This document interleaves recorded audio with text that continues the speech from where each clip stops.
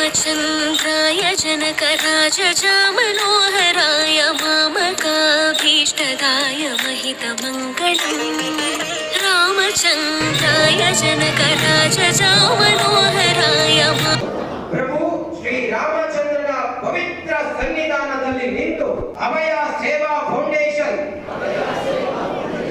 ಹಮ್ಮಿಕೊಂಡ ಧಾರ್ಮಿಕ ಸಾಮಾಜಿಕ ಮತ್ತು ಸಾಂಸ್ಕೃತಿಕ ಅಭಿಯಾನದ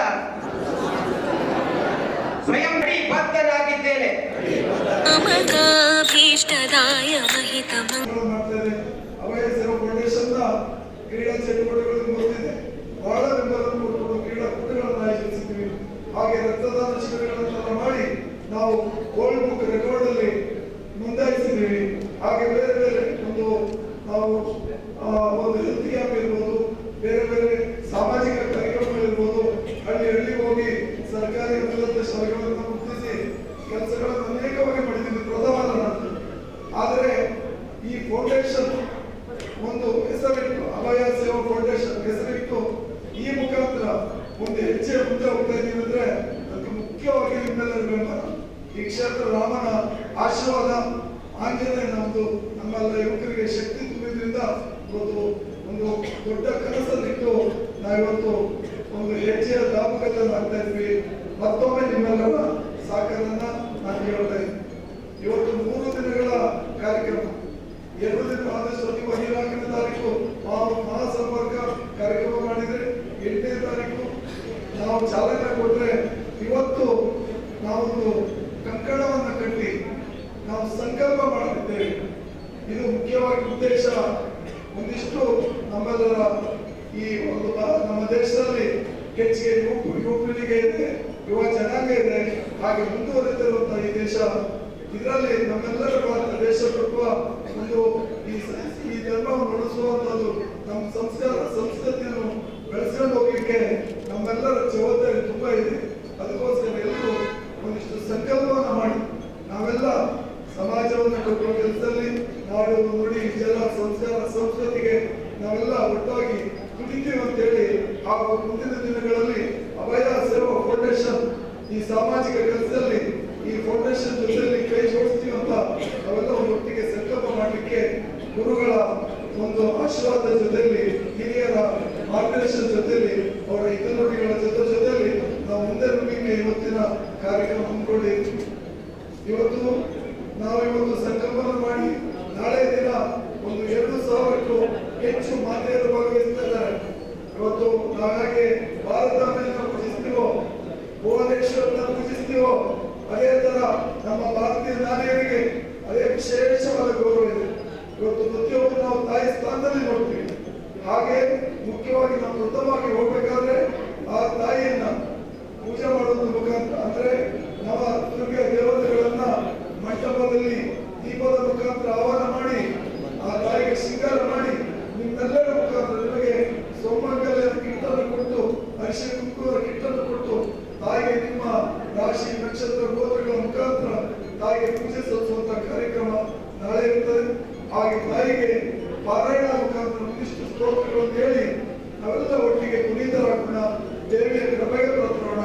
ಮುಂದಿನ ದಿನದಲ್ಲಿ ನಿಮ್ಮೆಲ್ಲರ ಕುಟುಂಬ ಒಂದಿಷ್ಟು ನಿಮ್ಮ ಕನಸುಗಳು ಈಡೇರಿ, ನಿಮ್ಮ ವಂಶ, ನಿಮ್ಮ ಕುಟುಂಬ, ನಿಮ್ಮ ಮಕ್ಕಳು ಒಳ್ಳೊಳ್ಳೆ ಉನ್ನತ ಸ್ಥಾನಕ್ಕೆ ಹೋಗಿ ಈ ರಾಜ್ಯ, ಈ ದೇಶವನ್ನು ಬೆಳಗುವಂತಾಗಲಿ, ಅವರ ಸೇವೆ ಪ್ರಪಂಚದ ಬೆಳಗಲಿ, ಈ ದೇಶಕ್ಕೆ ಕೀರ್ತಿಯನ್ನು ತರಲಿ ಅಂತ ಇವತ್ತು ನಾವು ನಮ್ಮ ದುರ್ಗಾ ದೀಪ ನಮಸ್ಕಾರ ಮತ್ತು ದುರ್ಗಾ ಪಾರಾಯಣ ಇಟ್ಟಿದ್ದೀವಿ.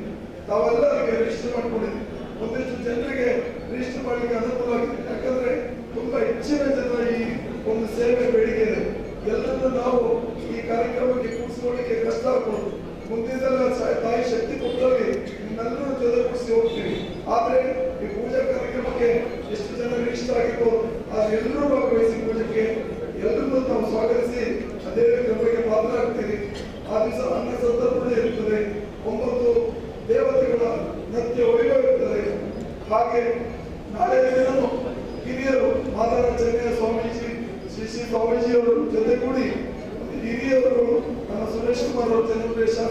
ಭಾಗವಹಿಸ್ತಾರೆ. ಅವರ ನೇತೃತ್ವದಲ್ಲಿ ನಡೀತದೆ. ತಾವೆಲ್ಲ ಒಟ್ಟಿಗೆ ಆ ಕಾರ್ಯಕ್ರಮವನ್ನ ಒಂದು ಚಂದಗೊಳಿಸಿ ಕಾರ್ಯಕ್ರಮಕ್ಕೆ ಮಾತ್ರ ಕೂಡ 21ನೇ ತಾರೀಕು ಭಾನುವಾರ ಮುಖ್ಯವಾಗಿರುತ್ತೆ. ಬೆಳಿಗ್ಗೆ 7 ಗಂಟೆಗೆ ಪ್ರಾರಂಭವಾಗಿ ರಾತ್ರಿ 11 ಗಂಟೆವರೆಗೂ ಸಾಮಾಜಿಕ, ಧಾರ್ಮಿಕ, ಸಾಂಸ್ಕೃತಿಕ ಕಾರ್ಯಕ್ರಮಗಳು. ಬೆಳಿಗ್ಗೆ ರಾಜಾಯನ ಸುತ್ತಮುತ್ತ ಒಂದಿಷ್ಟು ಸಾಂಸ್ಕೃತಿಕ ಕ್ಲಾಸ್ಗಳನ್ನು ಗುರುತಿಸಿ, ಯಾರು ಕೋಚಿಗಳನ್ನು ಕೊಡ್ತಾರೆ ಅಂತ ಕ್ಲಾಸ್ಗಳನ್ನು ಗುರುತಿಸಿ ಅವರಲ್ಲಿ ಸ್ಪರ್ಧೆ ಇರ್ತದೆ. ನೀವು ಒಂದು ಅದನ್ನು ಭಾಗವಹಿಸಿ, ಇಲ್ಲಾಂದ್ರೆ 2-3 ಲೈವ್ ಇರ್ತದೆ. ಲೈವ್ ಲಿಂಕ್ ಅನ್ನು ನೋಡಿಕೊಂಡು ಆ ಕಾರ್ಯಕ್ರಮಕ್ಕೆ ಬೆಂಬಲವನ್ನು ಸೂಚಿಸಿ ಹಾಗೆ ಬನ್ನಿ ಕಾರ್ಯಕ್ರಮಕ್ಕೆ. ಅದೇ ರೀತಿಯಲ್ಲಿ ಬೆಳಗ್ಗೆಯಿಂದ ರಾತ್ರಿ ಅನ್ನ ಸಂದರ್ಭ ಇರ್ತದೆ. ಹಾಗೆ ಹಿರಿಯರ ಒಂದಿಷ್ಟು ಉದ್ಘಾಟನೆ ಕಾರ್ಯಕ್ರಮ ಇರ್ತದೆ. ಮತ್ತೆ ನಿಮಗೆ ರಾಜ್ಯ ಮಟ್ಟದ ಸಾಂಸ್ಕೃತಿಕ ಕಲಾವಿದರನ್ನು ಗುರುತಿಸಿ ಒಂದೇ ವೇದಿಕೆಯಲ್ಲಿ ಕಲಾ ವೈಭವವನ್ನು ಮುಂದೆ ಇಡ್ತಾ ಇದ್ದೀವಿ. ಹಾಗೆ ಒಂದಿಷ್ಟು ವಶಕ್ತರು, ಈಗ ಚಳಿಗಾಲದಲ್ಲಿ ಒಂದಿಷ್ಟು ಹೊದಿಕೆ, ಶಾಲಾ ಮಕ್ಕಳಿಗೆ ಒಂದಿಷ್ಟು ಪುಸ್ತಕ, ಹಾಗೆ ಬ್ಯಾಗ್ಗಳನ್ನು ಕೊಡುವಂಥದ್ದು, ಅಂಧಮುಕ್ತ ಆಂದೋಲನ, ಯಾರಿಗೆ ಕನ್ನಡಕದ ಅವಶ್ಯಕತೆ ಕೊಂಡು ಕಾಡದಲ್ಲಿ ಕನ್ನಡಕ ತಗೊಳ್ಳಕ್ಕಾಗ್ತೇನೆ, ಅವರಿಗೆ ಕೆಲಸ ಕೊಡಕ್ಕಾಗದಂತ ಪರಿಸ್ಥಿತಿಯಲ್ಲಿ ನಮ್ಮ ಮುಂದೆ ಬಂದಲ್ಲಿ ಅವರಿಗೆ ಕನ್ನಡಕವನ್ನು ಉಚಿತವಾಗಿ ಕೊಡ್ತೇವೆ. ನಾಳೆ 20 ಬೆಂಚು ಆಸ್ಪತ್ರೆಗಳು ಭಾಗವಹಿಸ್ತಾರೆ. ನಿಮ್ಮೆಲ್ಲರಿಗೂ ಉಚಿತವಾಗಿ ಪರೀಕ್ಷೆಗಳನ್ನು ಮಾಡಿ ನಿಮಗೆ ಏನು ಅವಶ್ಯಕತೆ ಅಂತ ಅವಶ್ಯಕತೆಗಳಿಗೆ ಮಾರ್ಗದರ್ಶನ ಕೊಡ್ತಾ ಇದ್ದಾರೆ. ಆರ್ಥಿಕವಾಗಿ ಉಚಿತ ಡಾಕ್ಟರ್ಗಳು ಬರ್ತಾ ಇದ್ದಾರೆ. ಎಲ್ಲಾ ಕಾರ್ಯಕ್ರಮಗಳು ಬೆಳಿಗ್ಗೆ ನಿಮಗೆ ಪಥಸಂಚಲನ, ಸಮಾಜದ ಉತ್ತಮವಾದ ತೆಗೆದುಕೊಂಡು ಹೋಗಲಿಕ್ಕೆ ಒಂದಿಷ್ಟು ಜಾತಿ ಭೇದಗಳನ್ನು ನಿವಾರಿಸಬೇಕು, ಹಾಗೂ ಅಶಕ್ತರನ್ನು ಗುರುತಿಸಬೇಕು, ಹಾಗೂ ಎಲ್ಲ ಮಕ್ಕಳು ಶೈಕ್ಷಣಿಕವಾಗಿ ಮುಂದುವರಿಯಬೇಕು, ಪರಿಸರವನ್ನು ರಕ್ಷಣೆ ಮಾಡಬೇಕು. ಇವೆಲ್ಲ ಒಂದು ಪ್ಲೇ ಗ್ರೌಂಡ್ ಇಟ್ಕೊಂಡು ನಾವು ಪಥಸಂಚಲನ ಮಾಡಲಿದ್ದೇವೆ. ಒಂದೆರಡು ಮುಖ್ಯವಾಗಿ ನಮ್ಮಲ್ಲಿ ಕೊಂಚಿನ ಮೆರವಣಿಗೆ ಕತ್ತಲೆಯಿಂದ ಬೆಳಕಿನೆಡೆಗೆ ನೀವು ಕೊಂಚಿನ ಮೆರವಣಿಗೆ ಭಾಗವಹಿಸುವ ಮುಖಾಂತರ ಭಜನಾ ತಂಡ ಇರುತ್ತೆ, ಹಾಗೂ ಪುನರ್ ಮೂಕಾಂಬಿಕೆ ಟಾಬ್ಲೆ ಇರ್ತದೆ. ಅದೇ ರೀತಿಯಲ್ಲಿ ಒಂದಿಷ್ಟು ಮಹಿಷಾಸುರ ಮದ್ದಿನ ಟಾಬ್ಲೆ ಇರ್ತದೆ. ಎಲ್ಲ ಹಿರಿಯರ ಜೊತೆಯಲ್ಲಿ ನಾವು ಕೊಂಚಿನ ಮೆರವಣಿಗೆಯ ಮುಖಾಂತರ ಭಾಗವಹಿಸಿ ಎಲ್ಲ ಕಾರ್ಯಕ್ರಮಗಳು ನಮ್ಮ ಜೊತೆಗೂಡಿ ಕಾರ್ಯಕ್ರಮ ಯಶಸ್ವಿಗೊಳಿಸಿ ಮುಂದಿನ ದಿನಗಳಲ್ಲಿ ಅಭಯ ಸೇವೆಗಳ ಒಂದಿಷ್ಟು ಕನಸುಗಳನ್ನು ತುಂಬಿಕೊಳ್ಳುತ್ತದೆ. ಎಲ್ಲ ಕನಸುಗಳು ನಿಮ್ಮ ಬೆಂಬಲ ಕೊಡ್ತಾ ಸಮಯ ಕಮ್ಮಿ ಇದೆ. ಧನ್ಯವಾದಗಳು. ಜೈ ಹಿಂದ್, ಜೈ ಕೀರ್ತನಂ ತತ್ರ ತತ್ರ ಕೃತಮಸ್ತಕಾಂಜಲಿಂ ಬಾಷ್ಪವಾರಿ ಪರಿಪೂರ್ಣಲೋಚನಂ ಮಾರುತಿಂ ನಮತ ರಾಕ್ಷಸಾಂತಕಂ ಅನವಧ್ಯಾತ್ಮ ಚಾರಿತ್ರ್ಯಂ ವಾದಿ ಖದ್ಯೋತ ಭಾಸ್ಕರಂ ವಿದ್ಯಾಮಾನ್ಯ ಗುರುಂ ವಂದೇ ವಿದ್ಯಾ ವಿದ್ಯೋತ ಭಾಸ್ಕರಂ. ಜೈ ಶ್ರೀರಾಮ್, ಜೈ ಶ್ರೀರಾಮ್, ಜೈ ಶ್ರೀರಾಮ್. ಹರಿ ಗುರುಭ್ಯೋ ನಮಃ. ಒಂದು ಒಳ್ಳೆಯ ಸಮಯದಲ್ಲಿ, ಒಳ್ಳೆಯ ಸಂದರ್ಭದಲ್ಲಿ ನಾವು ಒಂದು ಪುಣ್ಯಕ್ಷೇತ್ರದಲ್ಲಿದ್ದೇವೆ. ಅದು ಪಾವನವಾಗಿರತಕ್ಕಂತಹ ಶ್ರೀರಾಮನ ಮಂದಿರದ ಪರಿಸರದಲ್ಲಿದ್ದೇವೆ. ಉದ್ದೇಶ ಸೇವಾ ಸಂಕಲ್ಪ ಅನ್ನುವಂತಹ ವಿಚಾರವನ್ನು ಇಟ್ಟುಕೊಂಡು ಅಭಯ ಫೌಂಡೇಶನ್, ಅಭಯ ಸೇವಾ ಫೌಂಡೇಶನ್ ನಮಗೆ ನಿಮಗೆಲ್ಲ ಒಂದು ಜವಾಬ್ದಾರಿಯ ಹೆಜ್ಜೆಯನ್ನು ಇರಿಸಲಿಕ್ಕೆ ರೂಪುರೇಷೆಯನ್ನು ನಿರ್ಣಯಿಸಿಕೊಂಡು 3 ದಿವಸದಲ್ಲಿ ಅನ್ಯಾನ್ಯ ಕಾರ್ಯಕ್ರಮಗಳನ್ನು ಇಟ್ಟುಕೊಂಡು ಸಮಾಜವನ್ನು ಸಂಘಟಿಸುವ ಮತ್ತು ಸೇವೆಯನ್ನು ವಿಸ್ತರಿಸುವ ಪ್ರಕಲ್ಪವನ್ನು ನೀಡುವುದರ ಮೂಲಕ ನಮ್ಮನ್ನೆಲ್ಲ ಜೋಡಿಸಿಕೊಂಡಿದೆ. ಈ ಸೇವಾ ಸಂಕಲ್ಪ ಅನ್ನುವ ವಿಷಯವಿರುವುದೇ ಏನು ಅಂತಂದ್ರೆ ನಮ್ಮನ್ನು ನಾವು ತೊಡಗಿಸಿಕೊಳ್ಳುವುದು. ಅದರ ಅರ್ಥ ಸಮರ್ಪಣಾ ಭಾವ. ಕೃಷ್ಣ ಅರ್ಜುನನನ್ನ ಉದ್ದೇಶವಿಟ್ಟುಕೊಂಡು ಹೇಳ್ತಾನೆ, ನಿಯತಂ ಕುರು ಕರ್ಮ ತ್ವಂ ಕರ್ಮ ಜಾಯೋ ಹಿಯ ಕರ್ಮಣಃ. ನಿನ್ನ ಕರ್ಮವನ್ನು ನೀನು ನಿಯತವಾಗಿ ಮಾಡಬೇಕು, ಅನೋರಣೀಯವಾಗಿ ಮಾಡಬೇಕು, ಅದನ್ನ ಮಾಡದೆ ಇರಬಾರದು ಅಂತ ಹೇಳ್ತಾನೆ. ಹಾಗಾಗಿ ಈ ಸೇವೆ ಎನ್ನುವಂತ ಶಬ್ದದಲ್ಲಿ ನಮಗಿರುವ ಅರ್ಥ ಏನು ಕೇಳಿದ್ರೆ ನಮ್ಮನ್ನು ನಾವು ತೊಡಗಿಸಿಕೊಳ್ಳೋದು ಅಷ್ಟೇ, ನಮ್ಮನ್ನು ನಾವು ಸಮರ್ಪಿಸಿಕೊಳ್ಳೋದು. ದಿವಸದ 24 ಗಂಟೆಗಳಲ್ಲಿ ನಾವೇನು ಹೆಚ್ಚಿನ ಸಮಯ ಕಳೆದು ಹೋಗುವುದು ನಿದ್ರೆಯಲ್ಲಿ. ಆದರೆ ಕೃಷ್ಣ ಅದನ್ನ ಮನಪರಿವರ್ತನೆಗಾಗಿ ಹೇಳ್ತಾನೆ, ನೀನು ಜಾಗೃತಾವಸ್ಥನಾಗಬೇಕು. ಕ್ಲೈಪ್ಯಂ ಮಸ್ಮಗಮ ಪಾತ ನಯೋಪಪದ್ಯತೆ ಅಂತ ಅರ್ಜುನನನ್ನ ಎಚ್ಚರಿಸ್ತಾನೆ. ನೀ ನಿದ್ರೆಯಲ್ಲಿದ್ದಿ, ಈ ನಿದ್ರಾವಸ್ಥೆ ಒಳ್ಳೆಯದಲ್ಲ, ಎಚ್ಚರಿಕೆಯಿಂದ ಇರಬೇಕು. ಇದು ಒಂದು ರಣಾಂಗಣ ನಮಗೆ ಅಂತ ಹೇಳ್ತಾನೆ. ಅರ್ಥಾತ್ ಸೇವೆಯನ್ನ ಮಾಡಬೇಕು ಅಂತ ಹೇಳಿದ್ರೆ ಆ ಸಂಕಲ್ಪವನ್ನ ಮಾಡಬೇಕಾದ್ರೆ ಈಗಾಗಲೇ ನಿಮ್ಮಲ್ಲಿ ಒಂದು ಕಂಕಣ ಬಂತ ಅಂತ ಬಂತು, ಕೈಯಲ್ಲೆಲ್ಲ ನೀವೆಲ್ಲ ಕಟ್ಕೊಂಡು. ಆ ಕಂಕಣವನ್ನು ಯಾಕೆ ಕಟ್ಟೋದು ಅನ್ನುವುದನ್ನ ಕೃಷ್ಣ ಹೇಳ್ತಾನೆ. ಒಂದು ವೇಳೆ ಇದು ಮಾಡಲಿಲ್ಲ ಅಂತಲಾದ್ರೆ ಈಗ ಆ ಕಂಕಣವನ್ನ ನಾವು ನಮ್ಮ ಹಸ್ತ ಅಥವಾ ನಮ್ಮ ಕೈಗೆ ನಾವು ಕಟ್ಟಿಕೊಳ್ಳಿಲ್ಲ ಅಂತಲಾದರೆ ನಮ್ಮ ಬದ್ಧತೆ ಕಳೆದು ಹೋಗುತ್ತೆ. ಅದನ್ನ ಯಾರು ಎಚ್ಚರಿಸಿದ್ರು ಅಂತ ಕೇಳಿದ್ರೆ ದ್ರೌಪದಿ ಎಚ್ಚರಿಸಿದ್ರು. ದ್ರೌಪದಿಗೆ ಏನಾಯಿತು, ಒಂದು ಸಂದರ್ಭದಲ್ಲಿ ಕೃಷ್ಣ ಬೆರಳಿಗೆ ತಾಗಿತ್ತು ಅಂತ ದ್ರೌಪದಿಯ ಬಳಿ ಬಂದ. ಹೇಳಿಲ್ಲ ಕೃಷ್ಣ ನನ್ನ ಬೆರಳಿಗೆ ತಾಗಿತ್ತು ಅಂತ ಕೃಷ್ಣ ಅವಳಲ್ಲಿ ಹೇಳಲಿಲ್ಲ. ಅವಳೇ ಗಮನಿಸಿಕೊಂಡು ಅಯ್ಯೋ ಕೃಷ್ಣ ಏನು ಕೈಯಿಂದ ರಕ್ತ ಸುರಿತಾ ಇದೆಯಲ್ಲ, ಏನು ಏನು ಅಂತ ಕೇಳಿದ್ಲು. ಆಗ ಕೃಷ್ಣ ಅಂದ, ನಾನು ನೋಡಿಲ್ಲ, ಗೊತ್ತಿಲ್ಲ, ಏನಾಯ್ತು ಅಂತ ಕೇಳಿದಾಗ, ಓ ಹೌದಲ್ಲ, ರಕ್ತ ಸುರಿತಾ ಇದೆಯಲ್ಲ, ಏನ್ ಮಾಡೋದೆ ಅಂತ ಅಟ್ಲಾಗಿಟ್ಲಾಗ ನೋಡಿದ್ಲು. ತನ್ನ ರೇಷ್ಮೆಯ ಸೀರೆಯನ್ನೇ ಹಾಕು ಕೃಷ್ಣನ ಕೈಗೆ ಕಟ್ಟಿದ್ಲು. ಅದೇ ಸತ್ಯಭಾಮಿ ಊರಿಗೆ ಹುಡುಕಾಟಕ್ಕೆ ಹೊರಟು ಯಾವ ಬಟ್ಟೆ ಇದೆ ಅಂತ. ಯಾವಾಗ ದ್ರೌಪದಿ ತನ್ನ ರೇಷ್ಮೆ ಸೀರೆಯನ್ನೇ ಹರಿದು ಕಟ್ಟಿದ್ಲಲ್ಲ, ಅವಳಿಗೆ ಆ ಬದ್ಧತೆಯ ಪ್ರತೀಕವಾಗಿ ಕೃಷ್ಣ ಯಾವಾಗ ಅವಳ ವಸನ ಕಳೆದು ಹೋಗ್ತಾ ಉಂಟು ಎನ್ನುವ ಪರಿಸ್ಥಿತಿ ಕೃಷ್ಣನಿಗೆ ಅರ್ಥ ಆಯಿತು. ಆವಾಗ ದ್ರೌಪದಿ ತನ್ನ ಎರಡೂ ಕೈಗಳನ್ನು ಬಿಟ್ಟು ಗೋವಿಂದ ಅಂತ ಕರೆದ್ರು. ಆವಾಗ ಕೃಷ್ಣ ಅವಳಿಗೆ ಅಕ್ಷಯ ವಸನ ಬಿಟ್ಟು ಮಾನ ಮತ್ತೆ ಪ್ರಾಣ ಎರಡನ್ನೂ ಕಾಪಾಡಿದ.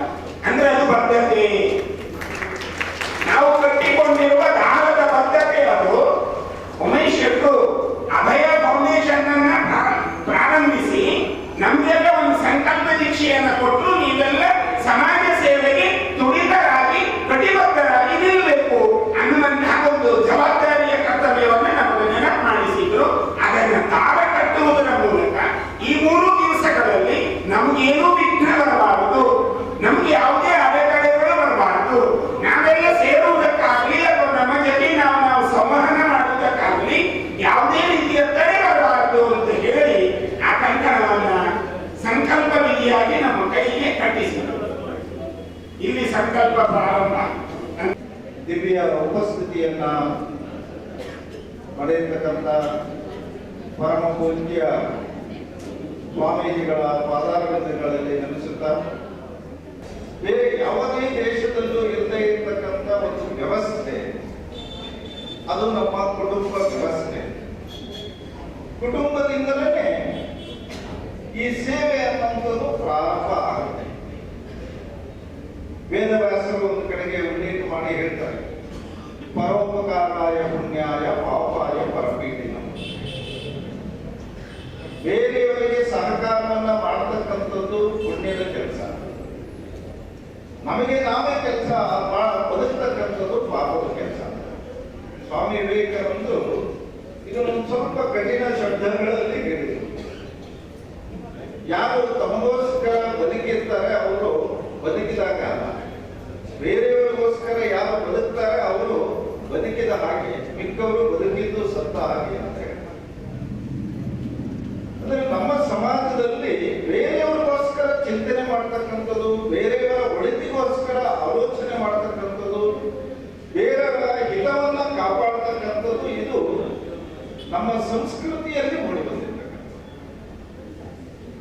ಕುಟುಂಬ ವ್ಯವಸ್ಥೆಯಲ್ಲಿ ತಾಯಿ ಒಂದು ಸೇವೆಯ ಪ್ರತೀಕ. ಬಹಳ ಉನ್ನತವಾದಂತಹ ಸ್ಥಾನವನ್ನ ತಾಯಿಗೆ ಗೌರವ ಕೊಟ್ಟಿರ್ತಕ್ಕಂಥದ್ದು ಅದಕ್ಕೋಸ್ಕರನೇ. ಸಂಸ್ಕೃತದಲ್ಲಿ ಒಂದು ವಾಕ್ಯ ಇದೆ, ಯತ್ರ ನಾರ್ಯಂತ ಪೂಜ್ಯತೆ ರಮಂತೆ ತತ್ರ ದೇವತಃ. ಎಲ್ಲಿ ತಾಯಿಯನ್ನ ಗೌರವದಿಂದ ಪ್ರೀತಿಸ್ತಾರೆ ಅಲ್ಲಿ ಭಗವಂತನಿದ್ದಾನೆ ಅಂತ. ಸ್ವಾಮಿ ವಿವೇಕಾನಂದರು ಇದನ್ನ ಇನ್ನೊಂದು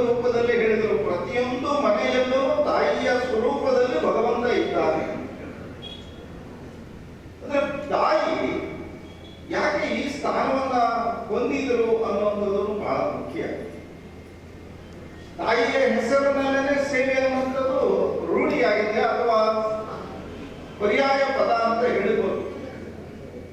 ತಾಯಿ ತನಗೋಸ್ಕರ ಬದುಕೋದಿಲ್ಲ, ಮನೆಯ ಒಳಿತಿಗೋಸ್ಕರ ಬದುಕ್ತಾರೆ. ಮನೆಯಲ್ಲಿ ತಾನು ಎಲ್ಲರೂ ನೋಡಿ ತಾನು ತನ್ನ ಕೆಲಸವನ್ನ ಮಾಡ್ತಾರೆ. ಎಲ್ಲರಿಗಿನ ಮುಂಚೆ ಹೇಳ್ತಾರೆ, ಎಲ್ಲರಿಗಿನ ಮುಂಚೆ ಹೇಳಿ ಮನೆಯ ಕೆಲಸಗಳನ್ನು ಮಾಡಿ, ಮಗ ಇದ್ರೆ ಮಕ್ಕಳಿದ್ರೆ ಅವರಿಗೆ ಶಾಲೆಗೆ ಕಳಿಸೋದು ಅಥವಾ ಅವರ ವ್ಯವಸ್ಥೆಯನ್ನ ಸ್ನಾನ ಇತ್ಯಾದಿ ಮಾಡಿ ಕಳಿಸುವುದು, ತನ್ನ ಗಂಡನಿಗೆ ಕೆಲಸಕ್ಕೆ ಹೋಗ್ಬೇಕಾದ್ರೆ ಅಥವಾ ವೃತ್ತಿ ಮಾಡಬೇಕಾದ್ರೆ ಅವರಿಗೆ ಹೋಗ್ಬೇಕಾಗಿರ್ತಕ್ಕಂಥ ಎಲ್ಲ ಸಿದ್ಧತೆಯನ್ನ ಮಾಡುವಂಥದ್ದು, ಮನೆಯಲ್ಲಿ ಹಿರಿಯರಿದ್ರೆ ಅವರ ಯೋಗಕ್ಷೇಮವನ್ನ ನೋಡ್ಕೊಳ್ಳುವಂಥದ್ದು, ಇದೆಲ್ಲವನ್ನೂ ಮಾಡಿ ಕೊನೆಗೆ ಬಂದ ಮೇಲೆ ಸಾಯಂಕಾಲ ಎಲ್ಲರೂ ಊಟ ಆದ್ಮೇಲೆ ತಾನು ಊಟ ಮಾಡಿ ಇದ್ರೆ ಕೆಲವು ಸಾರಿ ಇದ್ರೆ ಊಟ ಮಾಡ್ತಾರೆ, ಕೆಲವು ಸಾರಿ ಇಲ್ಲದೆ ಇದ್ರೆ ಊಟ ಮುಗ್ದೋಗಿದ್ರೆ ನೀರು ಕುಡಿದು ಮಾಡ್ತಾರೆ. ಇದು ತಾಯಿ ತನ್ನ ಕುಟುಂಬಕ್ಕೋಸ್ಕರ ತನ್ನ ಸರ್ವಸ್ವವನ್ನು ತ್ಯಾಗ ಮಾಡತಕ್ಕಂಥ. ಹಾಗಾಗಿ ತಾಯಿ ಒಂದು ಸೇವೆಯ ಪ್ರತೀಕ. ಇದನ್ನು ನಮ್ಮ ಕುಟುಂಬಗಳಲ್ಲಿ ಕಲಿಸ್ತಾ ಇದೆ. ಅನೇಕರು ಇವತ್ತು ನಾನು ಟೆಲಿಕಾಂ ಡಿಪಾರ್ಟ್ಮೆಂಟ್ ನಲ್ಲಿ 30 ವರ್ಷ ಸೇವೆ ಸಲ್ಲಿಸಿದೆ, ವೈದ್ಯರಾಗಿ ನಾನು ಇಷ್ಟು ವರ್ಷಗಳ ಕಾಲ ಸೇವೆ ಸಲ್ಲಿಸಿದೆ, ಈ ರೀತಿಯಾಗಿ ಪರಿಚಯವನ್ನು ಮಾಡಿಕೊಡ್ತಾರೆ. ಆದ್ರೆ ಅದು ಸೇವೆನಾ ಅಂತ ಹೇಳಿದ್ರೆ ಸೇವೆ ಅಲ್ಲ. ಅವರೆಲ್ಲರೂ ಸಹ ತಾವು ಮಾಡಿದ ಕೆಲಸಕ್ಕೋಸ್ಕರ ಸಂಬಳವನ್ನು ಪಡೀತಾರೆ. ಟೀಚರ್ ಸೇವೆ ಮಾಡಿದಕ್ಕೆ ಸಂಬಳ